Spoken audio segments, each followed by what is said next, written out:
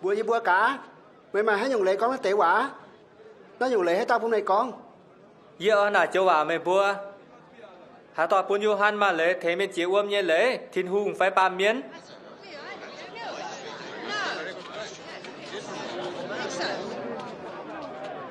Thằng nào tao Bùa con thiên hùng buôn tài no.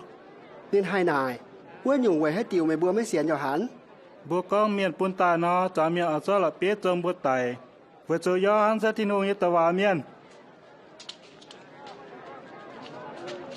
Thì bùa mới hiu hết tao bùn in mà lấy chỗ.